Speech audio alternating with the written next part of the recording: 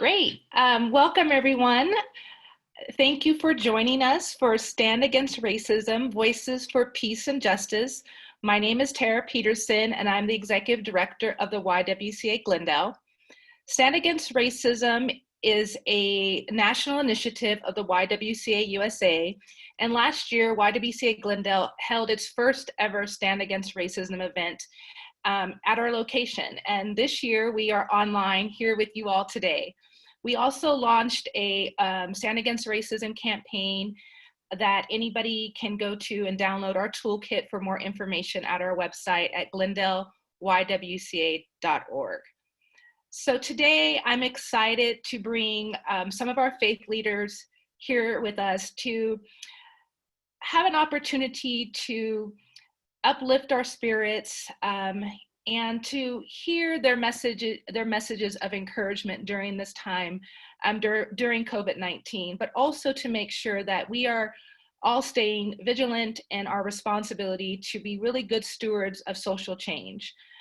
And so we have an amazing list of speakers. We are recording these sessions, and so people will be able to hopefully, if they're not able to join us today, they'll be able to go back and view this on our social media channels. So I'm going to start by unmuting Mrs. Reverend Cassie McCarty to introduce herself. I'm trying to do that. Oh, there we go. Wait. There you go. Hi, good morning, everyone. My name is Reverend Cassie McCarty. I work at Dignity Health, Glendale Memorial Hospital and Health Center as the Director of Mission Integration. And the areas that fall under mission integration would include spiritual care, our anti-human trafficking initiative, community health and community benefits, and advocacy, a number of different areas. I'm very pleased to be here with you today. Thank you. And Jose. Excellent. Well, good morning, everybody. Thanks so much, Tara, for the invitation. Thanks so much for getting me out of bed and out of my PJs and getting to work. I'm sure that everybody today, we're doing more work over Zoom than we ever intended to do, but it's great to be with everybody. I'm a minister for the Lifeway Church. It's a ministry of about 600 in the San Gabriel Valley. We have two locations in San Gabriel and also in the city of Glendale. I'm very happy to serve there for a number of years. The loves of my life, my wife Adriana and my daughter Acacia. I've been married for 20 years. This year is our 20th year anniversary. We're trying to figure out how to celebrate that big accomplishment while, staying at home, but we got plans. We're hoping to launch them when we are free. And it's been a blast raising our 13-year-old. We say that she's like mom and dad together, but improved. So our passion is Spanish ministry. My wife and I, we work in the Spanish ministry of the church for a number of years. And besides loving the culture and the language and the food, I'm just inspired by the spirit of resiliency, the spirit of hospitality and family. So I am very thankful to be able to join this. And thanks so much, Sarah, for the invitation. Thank you. All right. Todd. So picky.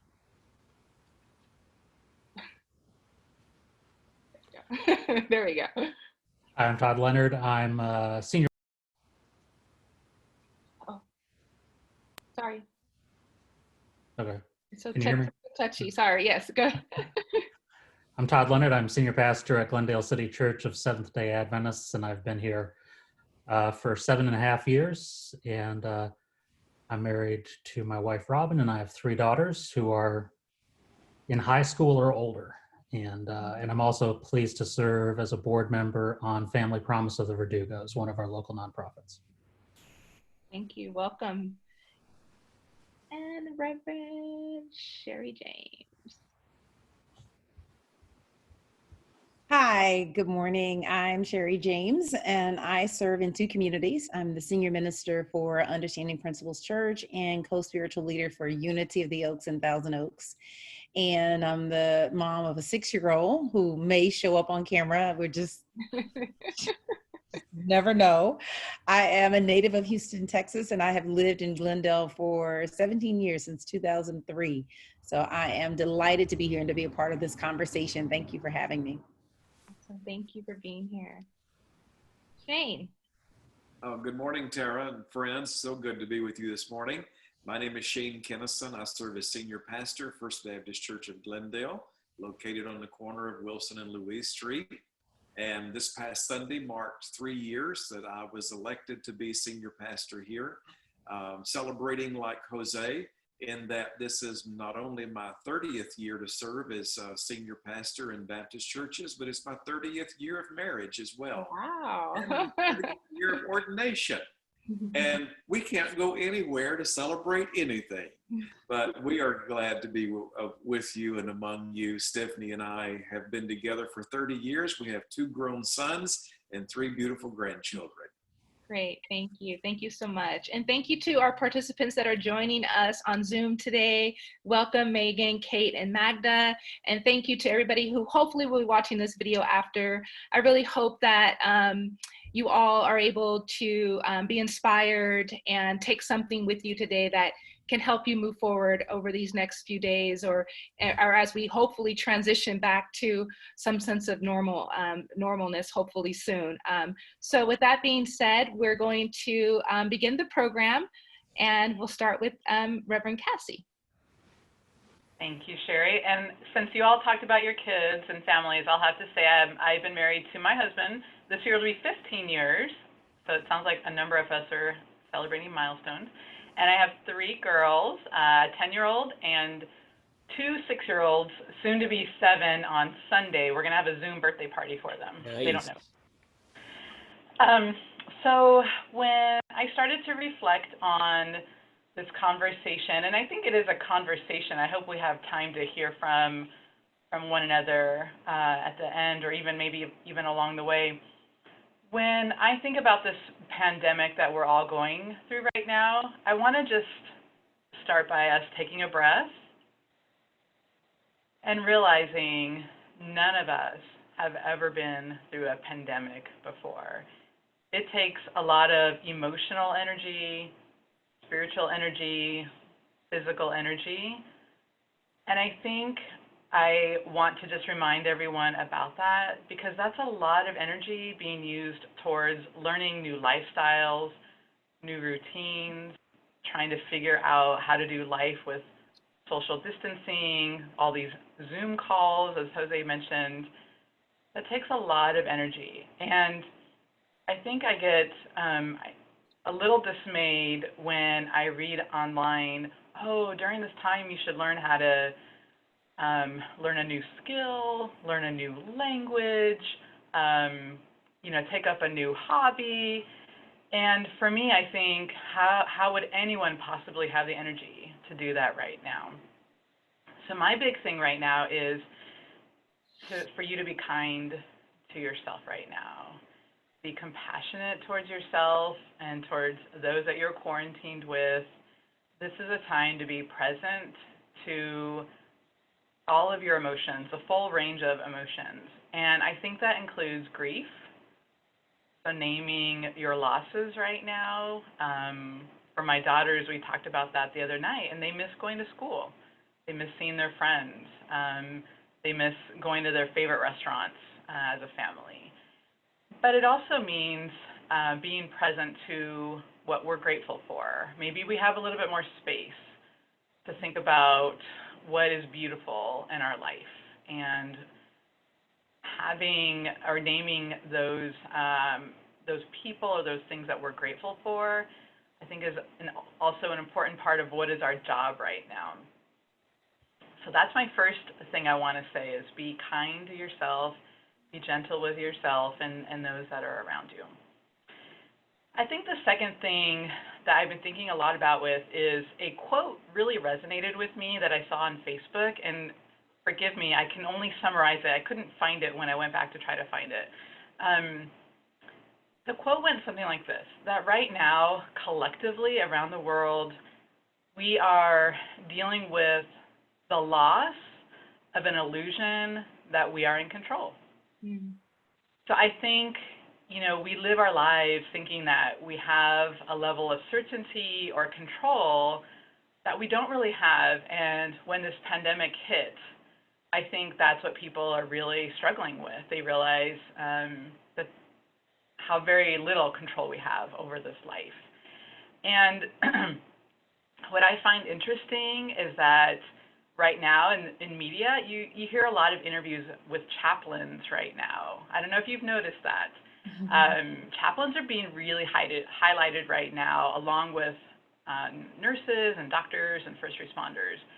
And I think I want to extrapolate something not just to chaplains, but to ministers in general. So chaplains and ministers, we're always dealing with literally life and death, right? That's our business. Ministers are blessing babies, baptizing babies, circumcising, having rituals around circumcision, a lot of rituals around life. But ministers are also ritualizing around death as well. So we're used to knowing that life is uncertain. We are used to walking with people who are dealing with crisis, loss, the uncertainty of life. That's kind of the world that we live in. And I think that's why ministers might be doing, very well right now. I think we're like, yeah, everyone's finally learning what we've already known all along. So I think, I'm really grateful, Tara, that you would invite a group of ministers to speak to the pandemic right now. So that's my second quote is my second point is just being mindful that collectively we are all going through this illusion of loss of control, and that's okay. And I want to invite people to sit with the discomfort of that feeling. I feel that's the way we will get through it, is sitting with that discomfort.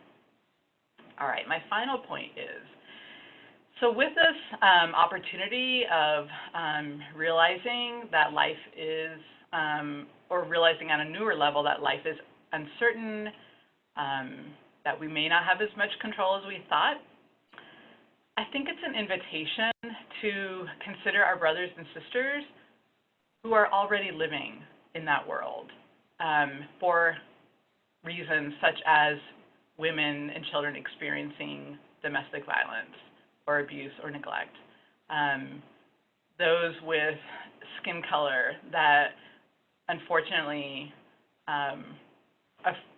has the impact of social injustice against them, people that are being trafficked for labor or sex.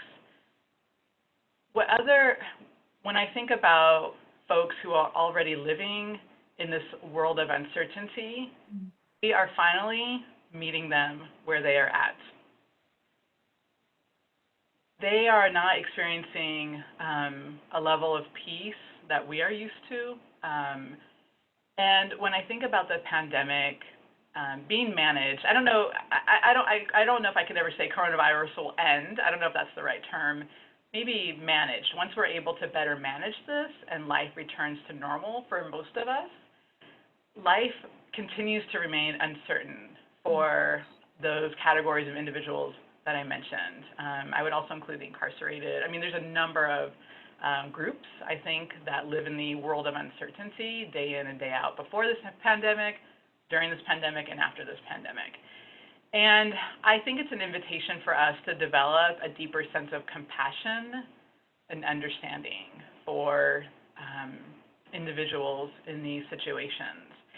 And, for a moment, let me connect it to the pandemic, right? So we are now, we have to wear a mask out in public, and that really is for the protection of other people, right? In case we have the virus and we don't even know it.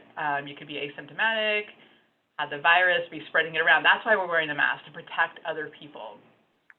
I think about, is there some kind of proverbial mask that we can wear when this is all over to protect those in our society who remain vulnerable, who remain unprotected because of their situations of injustice, abuse, violence, neglect. So that's some of my musings with the pandemic, and I think this is such an opportunity to go deeper as human beings within ourselves, with one another, and it's a gift. There are many gifts to be found during this time, as well as what I mentioned, the losses, which I think we should take time to name. But it's also a time to be still and to really wrestle with life in a deeper way. So those are some things on my mind right now as we have our conversation today. Thank you so much, Reverend Cassie. We appreciate that. Wonderful words. And thank you for just making that connection for us in regards to the challenges that people face before this pandemic and during it and after. We appreciate that. Next, we will hear from Minister Jose. Thank you so much, Sherri, and thanks so much, Reverend Cassie. Those words were very comforting to me. And thanks so much for making reference there to ministers having to deal with life and death. I felt very comforted by your words. So I would like to start off with a story, and it's a story about Mr. Fong San. And right after the end of World War II, Mr. Fong San, as a teen, got the opportunity to leave war-torn China, leaving behind poverty, scarcity, and uncertainty to the small nation of Panama, which was booming with business because of the Panama Canal. Excuse me. He got there with only $20 worth of funds. He was a minority like many others in Panama and did not know how to speak the language, yet he was full of dreams and ambitions. At the port of entry, he had to change his Chinese name to a more phonetically friendly Spanish name, so he changed it to Alfredo. So he was now Mr. Alfredo Fong. Through hard work and persevering, he was able to save his hard-earned money, learn to speak the language, got married to Pan Manon, who also had to change her name to Catalina. They had 3 children and started a business. So fast forward to sometime in the 1980s, Mr. Alfredo Fong was running a successful retail business, and a customer came into the store inquiring about something he wanted to buy. He said the customer was a teenager, and he used the word Chino, which means Chinaman or Chinese man. The customer's tone was loud and condescending. He said it over and over, Chino, Chino. Mr. Fong was busy helping another customer, which prompted the young customer to call Mr. Alfredo's attention by using made-up words that for the teenager must have sounded like Chinese. Again, the tone was loud, rude, and condescending. Once Mr. Alfredo became available, he went to the young customer and with a kind of respectful tone asked, "How may I help you?" The conversation carried on, and the customer might have purchased something or not, but Mr. Fong proceeded to help another customer. Fong San and Pan Manon, or Mr. Alfredo and Catalina Fong, are my parents. They're both deceased, and growing up, I saw events like this happen almost every week. As a young child, the way that my parents were treated didn't make a lot of sense to me. And at other times, it was actually funny to me because since I didn't grow up learning the language, that's how Chinese sounded to me sometimes. When I became older, it infuriated me. I wanted to say mean words and give mean looks and treat those people harshly.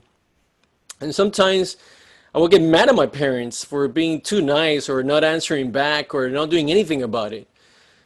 So my parents were not perfect, and sometimes they will react, and I always admired the choice they made to treat others with kindness and respect. They chose to hire Panamanians as their employees when they could have hired people of their own race to work with them. Whenever any of the employees needed to borrow money because they were undergoing hardship, my dad would lend to them without asking too many questions. They will feed the homeless that were begging around the store. And it's funny to me that at my Catholic baptism, they chose as my grandfather one of their most trusted employees. His name is Chichi. That's my godfather. He's a big weightlifter, black man, and I known him to be my godfather. And when I would go to school and they will see him, they will try to make the connection, but he was my godfather. I'm sorry.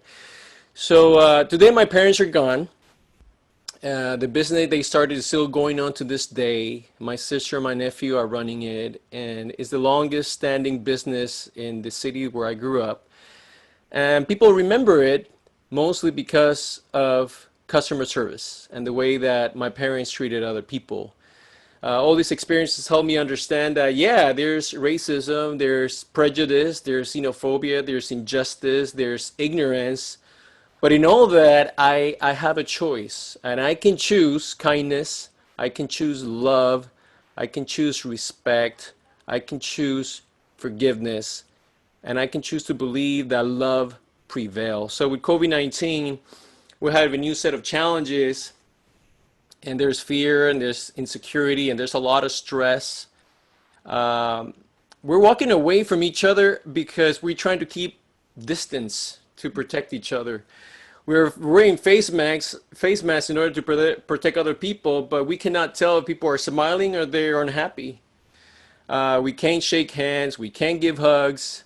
Uh, if somebody drops something, I cannot hand it to that individual because of concerns of transmission. It's a very interesting time. But even in that time, I think that we can make the choice to be friendly, to be giving, to be generous. We might have to be more creative. We might have to get outside our comfort zone.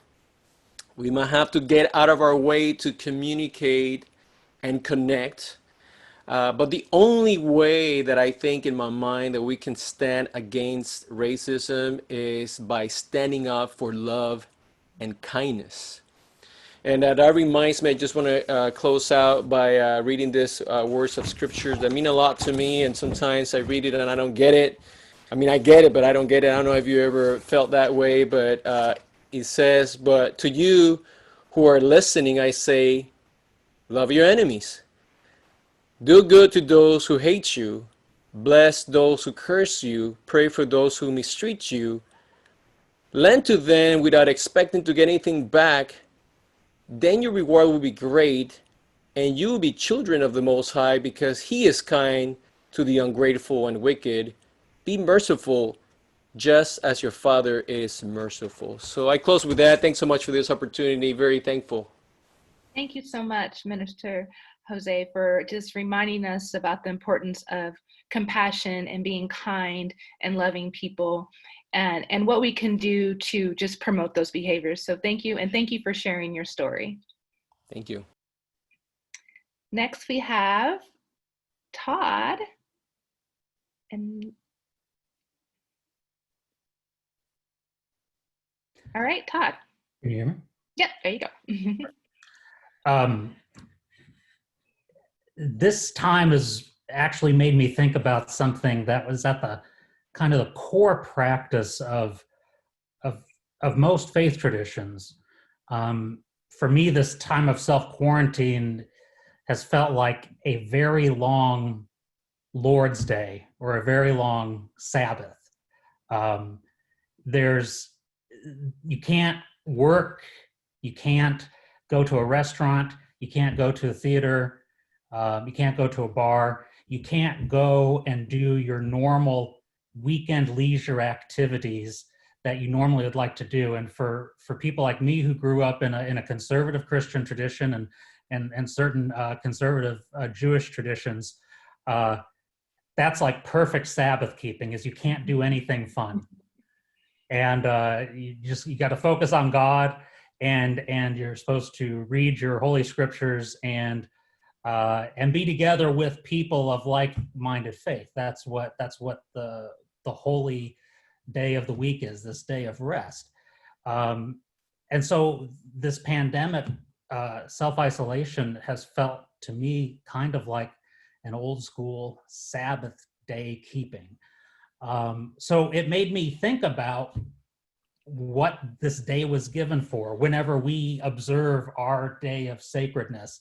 And so I kind of went back to the Torah, the original scriptures in the Jewish faith tradition that Christians have also embraced, and looked at the reason for Sabbath keeping. And I and I look at the 10 Commandments passage, one of the passages that talk about the 10 Commandments, and in the 10 Commandments, there's the longest commandment is about Sabbath. And in it, it says, you are supposed to observe a Sabbath day and keep it holy. And then it says, 6 days you shall not do any work. You, your son or daughter, your male or female slave, your ox or your donkey or any of your livestock, or the resident alien within your towns. And then it says, remember that you used to be slaves in Egypt, and I brought you out from that. And therefore, I want you to keep Sabbath. And it hit me again that Sabbath wasn't set up to keep all us holy people from having fun. It wasn't set up for us to engage in ritual behaviors that are going to make some guy up in the sky very happy with us. That Sabbath was actually this gift from God. It was the original labor law to say, when you were slaves in Egypt, you were worked 7 days a week, sun up to sundown, and that's it. You were disposable machinery. And now that you are free, I do not view you as disposable machinery, and you must not view each other as disposable. And so you must take a day to rest. You will be better. Your communities will be better. Your society will be better. And then I looked and said, oh, there's not just a Sabbath day commandment, there's a Sabbath year commandment, that every 7 years, that anybody who was in debt to somebody else, the scriptures say you're supposed to forgive that debt so that person can start fresh. They can, if they had enslaved themselves to you to pay off a debt, they were to be set free from that enslavement so that they could go back to their own land and their own family and try to make a life for themselves again on their own. That you were required to forgive whatever debt was left if you were the one holding the debt. And the idea that no matter what happened, no matter what people did, whether it was their own selfishness or laziness, or whether it was an evil perpetrated on them from the outside, or whether it was sickness, or whatever it was that caused them to get into this place of debt where they had to borrow from you, every 7 years, you were to let that go so that they could be free to live again. And so this made me think about what we're facing right now, both the Sabbath day idea and the Sabbath year principle. Because as I look at what we're going through right now, I see that the pandemic is different for different people. And those of us who are white collar workers, this isn't too hard for a lot of us, because either our employers are still paying us to work from home because most of our work is in front of a computer at a desk, or if we had to be laid off, like my wife was laid off from her dental job, the unemployment, both from the state and federal level, is really good, and we're not suffering right now. But I'm thinking about, there are still people, and we of course laud all our medical professionals, but I think about our grocery clerks. I think about my friends that we have relationships with at this point, because I go to Taco Bell every day of the week, and I see them and I love them, and they're doing it for minimum or barely above minimum wage. And I know one of my best friends at Taco Bell, she works 2 jobs. At 3 out of 4 weeks, she's working 7 days a week. And for me, as I sit back and I think about her, even when it's not pandemic, but she's still the one risking her health and her family's health by working 6-7 days a week. And so many others like her who are usually the lowest employed, the lowest wages, may not have health insurance, may not, or certainly not adequate health insurance. And I ask myself, not as a pastor who wants people to all start going back to taking a day off to have no fun, but is there a real need for our society to think about how can we care for one another right now and moving forward, where we would actually be able to make sure that everybody got at least one day off a week. I mean, think the American ideal is you have that 2-day weekend, and a lot of us don't even get one day off anymore. It's almost like we've gone back to some level of slavery for a certain segment of our population. How can we change that? How can we actually do something economically that's sustainable for all of us? There's this article that I read that was written on April 10th, and I just want to close with a couple paragraphs that Julio Vincent Gambuto wrote. He's talking about the opportunity that the pandemic offers us to think back and reflect, and he also warns us that once we start thinking about reopening and getting back to normal, that there's going to be this huge public relations and marketing avalanche to tell us to go back to the way things were. Hey, you get to go back to normal. Normal is so great. Normal wasn't great. And Julio Gambuto is bringing this to our attention. He says, the greatest misconception among us, which causes deep and painful social and political tension every day in this country, is that we somehow don't care about each other. White people don't care about the problems of Black America. Men don't care about women's rights. Cops don't care about the communities they serve. Humans don't care about the environment. These couldn't be further from the truth. Most of us do care. We just don't have the time to do anything about it. Maybe that's just me, and maybe it's you too. Well, the treadmill you and I have been on for decades just stopped. And that feeling you have right now is the same as if you've been thrown off your Peloton bike and onto the ground. What just happened? I hope you might consider this. What happened is inexplicably incredible. It's the greatest gift ever unwrapped, not the deaths, not the virus, but this great pause. What the crisis has given us is a once-in-a-lifetime chance to see ourselves and our country in the plainest of views. At no other time ever in our lives have we gotten the opportunity to see what would happen if the world simply stopped. Well, here it is. We're in it. And because it is rarer than rare, it has brought to light all of the beautiful and painful truths of how we live. If we want to create a better country and a better world for our kids, and if we want to make sure we are even sustainable as a nation and as a democracy, we have to pay attention to how we feel right now. So I hope we will take this government-mandated Sabbath to think about how we can create sustainable living for all and give everybody a chance, whether they're discriminated, however they're discriminated against, that we finally start working to make things equitable and just for all so that we may all experience rest and joy. Thank you. Thank you so much for that message, Todd. It was very powerful, and always appreciate your words and your wisdom, so thank you. Next, we will invite Sherri James. And where did she go? Oh, there she is. Sorry. Hi.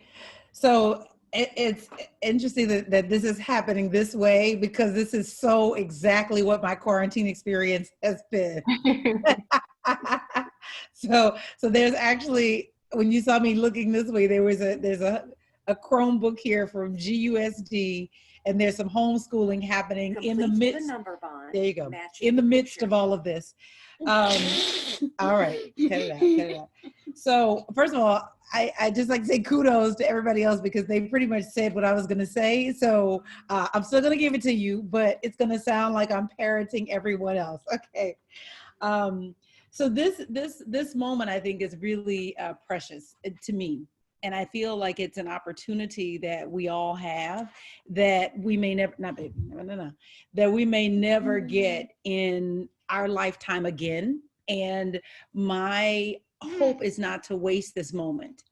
And there's a song that an artist, I guess you can call it gospel, but it's not really a gospel song, but it is spiritual. And it's called "The Gifts the Storm May Bring." And she says, "I've been down on my knees, begging life, please, to take this burden I bear. I embrace this pain that I feel for I know that it's birthing me into a greater way of being. I'm ready to receive the gifts the storm may bring. There's a deeper sense of God unfolding. Yes, these clouds are lifting me. And so what I really want to talk about is redefining discomfort. And I think that that's the opportunity that we have before us, that we often run from and try to push away moments of discomfort.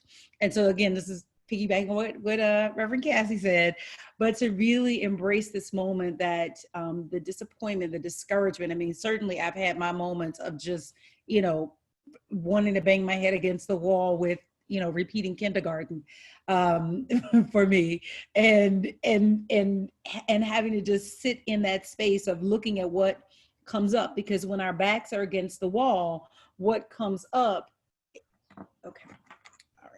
what comes up is what's actually in us, right? And so I had to reckon with the impatience. I had to reckon with the frustration and the anger of, because, I'm never mad about the thing that I think I'm mad about, right? Life is lived from within out. So really what's happening is that I'm drawing experiences so that I can actually see what I feel. And so this moment, if I choose not to run from it, if I choose to really just sit in it, it really gives me a chance to see what's actually happening inside of me. And if I choose not to run from it, I get to see all of the unpretty parts.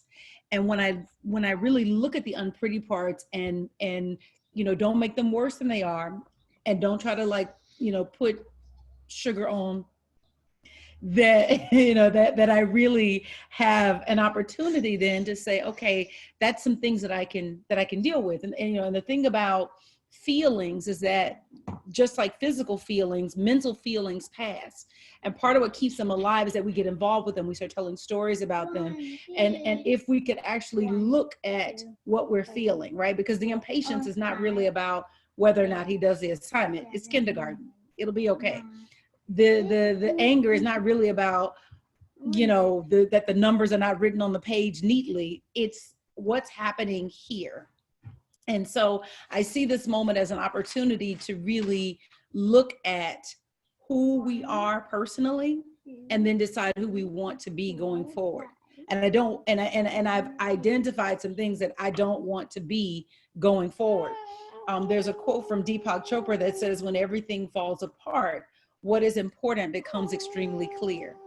And everything for everybody has fallen apart. And generally, we're each experiencing our moments of change, not so collectively, but in our own individual lives. But this is a moment in history where we all get to experience change at the same time. And so I think that's part of it. And again, I wrote down on my paper, same thing you had, Cassie, is that all change produces some type of grief. Because it's this sense of loss, this sense of letting go, this sense of what I don't have anymore that I need to hold on to. And if we could resist the urge to try to hold on to what was, then we can actually flow into what is becoming. And the best is always yet to come. So there is a moment of just being open to what is this new way of living. And I was on a call earlier today with my mastermind group, and one of the things that we talked about is that digital church is here to stay. There are some people who have left the building who are never coming back in the building, and so we have to be ready to serve those people. The other part of this is that is to be open to a new normal, that we don't need things to go back to the way that they were.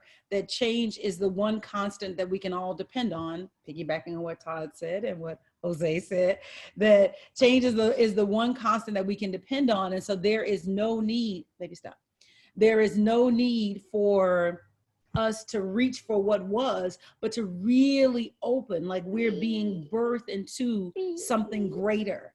And Mom, I'm at the fourth one. good job, baby. Give me 1 second. That we're being birthed into something greater, and that's a beautiful thing, and it's a wonderful thing. And let's not run from the future. Let's run toward the future. And then the last thing, and this was really, so, you know, I'm a very much a type A personality, goal setter. You know, I've got my goals that I look at every morning on my little reminder. And then I check off, did you look at your goals? Because I keep them at the forefront of my mind. Because, you know, so I'm a high achiever. And what's interesting is that when we, so another thing I do is at the end of every month, I send a write-up to all of the leaders of my church to say, you know, here's where we won, here's where we need improvement, and here are our goals for the next month, right? So this is the end of my, I do this assessment. And what was interesting is that at the end of March, we went to our, our, you know, quarantines, our online only service. And literally everything that was a goal for March was no longer a goal going forward. There was no need to update it. It didn't matter. It didn't matter what the attendance was. There's no attendance to count. And literally the goal stopped being about these objective things like how many people walked in the building and, you know, how many ministries met this month and how many people did we pray for this month and all of these metrics. And it just became, could we not lose any of the people that we have? Could we just take care of the people? And I'll tell you the thing that was interesting is that we had some income goals that we were always reaching for that I honestly let go of because April, it was like, listen, I gotta let that go. And for the first time this year, we hit the income goal and it was no longer the primary goal. So take care of people, take care of people, take care of people. And if you take care of people, the things that the other stuff will take care of itself.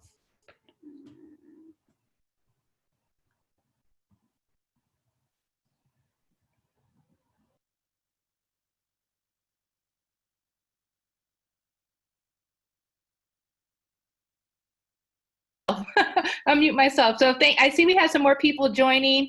I'm sorry, I was trying to multitask and I didn't get everybody into the meeting. So I apologize that you're joining us late. This will be recorded. We will post it on our social media.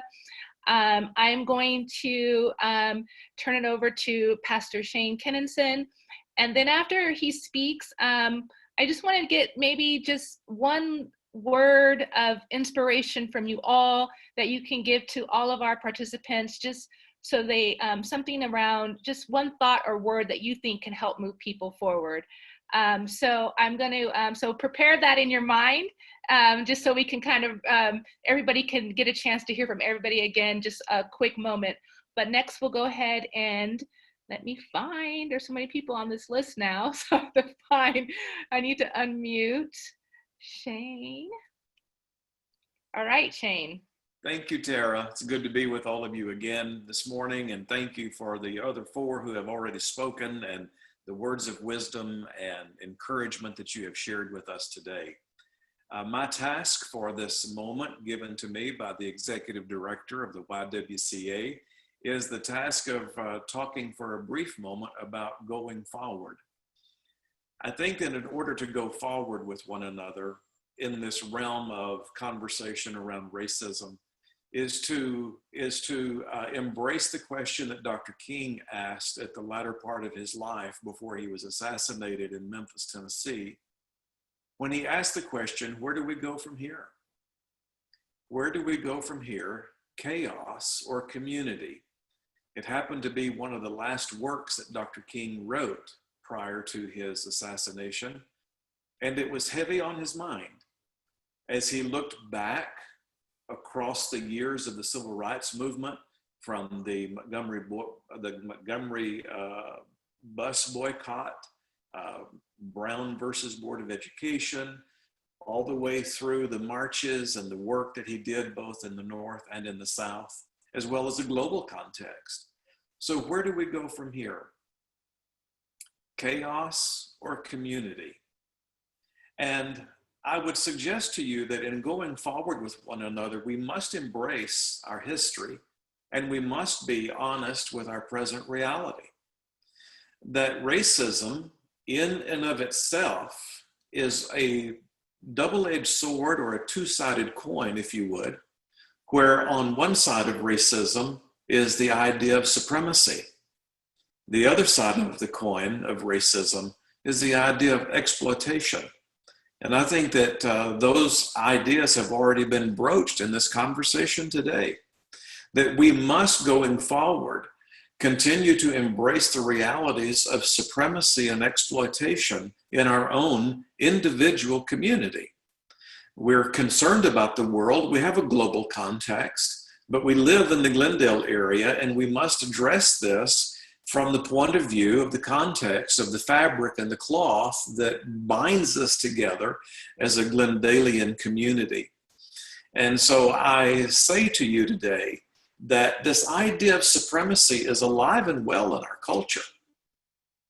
The idea of supremacy is that there is somebody who is supreme or superior, and there's someone who is inferior. And we just recently, last year, celebrated, or commemorated, I would say, the 400th anniversary of chattel slavery in the United States, which started in the 1600s in Jamestown, Virginia. And the idea that we would take human beings created in the image of God and objectify them, and to create a classification of subhumanism by which people would be compartmentalized as less than human, as brutes or beasts or animals of burden. That supremacy issue and that supremacy philosophy is still alive and well today. We must address that for ourselves. With supremacy comes that idea of power, that power to be above the other, and the idea that supremacy, when it's drawn out into its logical conclusion, doesn't just simply compartmentalize or separate or divide people, but instead, supremacy in its logical conclusion takes us all the way to a sense of annihilation, where we preserve one culture while we decimate or destroy another. So we have within our framework then this idea of supremacy that must continue to be addressed, and on the flip side of that same coin is the power of exploitation, be it economic exploitation, social exploitation, or political exploitation. But that when we can do as we please to and against a people and have no sense of ramification and no sense of accountability, then we are exploiting the human condition. And in so doing, we are decimating people. And as we consider this idea of racism, we can look at it out of the lens of white and black, black and brown. We can look at it along color lines. We can look at it along economic lines or social lines, the lens of culture, perhaps. But it still is that which we have to address. Many of you today have shared some of your personal experience. I'll share mine only briefly, but I'm a fifth-generation Texan and a son of the South. And in no framework of my life is the N-word used by me.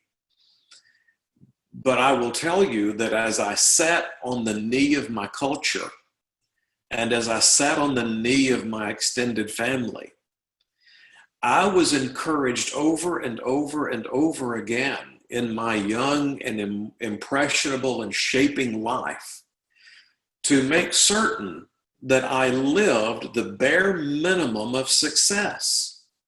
For in my culture, the bare minimum of success was this: whatever you do in your life, make certain that you are always better than a black man. And you can insert the N word for emphasis on your own. But make certain that for whatever you do in your life, you are better than a black man. Now, you can take that and multiply it along cultural, racial, class lines. But the idea behind it is still the same. It's the idea of making certain that you are a part of the supreme group, that you are a part of the superior gathering, and make certain that you stay on top, even if you have to exploit people, circumstances, and use power and control. You do so in order to maintain your superiority. I think that that conversation is warranted even in our own community today. Because in any community in which we live, including the Glendale community that we're calling our home now, there is always numeric superiority, there is always political superiority, there's always fiscal or financial superiority, and there's always social superiority. And everybody else loses. And so in going forward, I find it fascinating, as some have already indicated, and that researchers have begun to show, that the coronavirus has not created the schisms. The coronavirus has not created the divisions. The coronavirus has not created the compartmentalizations. The coronavirus has further revealed the schisms and disclosed the differences and the divisions and uncovered the compartmentalizations that have already existed among us. So perhaps, Tara, to you and all the others who are on this call today, perhaps the coronavirus is that moment to talk about racism more particularly, more directly, and more emphatically. And I just simply close my portion, as well as asking the question of how to move forward. I simply close my portion with the question that Dr. King asked of all of us. And he was asking this question all the way up into his death, when he said that we have two choices. We either choose nonviolent coexistence, or we choose violent co-annihilation. Those are our two choices. And I think those choices are still alive and well today. And may the divine providence of God and our own sense of free will empower and enable us to make the good choice. Thank you. Thank you so much. Thank you so much for that. And thank you for always just being an amazing social justice, racial justice warrior for us. I feel that having faith leaders like you all helps us at the YWCA Glendale to be able to talk about this issue more openly and presently in the community. And I don't think we can do that without our faith leaders by our side. So I appreciate you all for just taking time to join us here today. And I'm going to unmute everyone that is all of our speakers really quickly. Where are you at, Todd? So that if there's any last, let's see, do I have everybody? Oh, Sherri. Any last thoughts that you would like to leave our participants with before we end this meeting? I think I would just say again with my first point, be kind and gentle with yourselves during this time. Thank you. I will say for me, something that has been helpful is the idea of discernment. So I think that the speed at which we were doing things before didn't allow for us to really analyze, and now we've been forced and we are adjusting to having to analyze. And I think discernment and taking the time to listen and to see our own behavior, I think that is a good starting point to lead us into growing and appreciating what is taking place around us. So, discernment. Thank you. I think I would just say for people who look like me, I'm not speaking about ugly people. I'm speaking about white people. Uh, uh, Always consider how you can step out of the way and allow yourself and stop to go where Shane said, you always want to be above. Consider the opportunity to sit at the feet of someone who looks different than you and be amazed at the wisdom you gain from letting other people speak into your lives. Yeah. I thank you so much for that, Todd, for saying that. There is a young lady, Kismikia Corbett, Dr. Kismikia Corbett, and she is at the forefront of the search for a vaccine. And she's African American. She's about 34 years old. And just to put a context, they got to human trials in 20 months with the SARS vaccine. Under her leadership, they've gotten to the human trials with the COVID-19 vaccine in 2 months. And this is just going back to what Reverend Shane said, which is that you never know what you are keeping from yourself when you choose to shut down, cut off another person. And, each one of us was born to solve a problem in this generation. And so when we try to keep from someone else from getting something, we actually keep ourselves from having.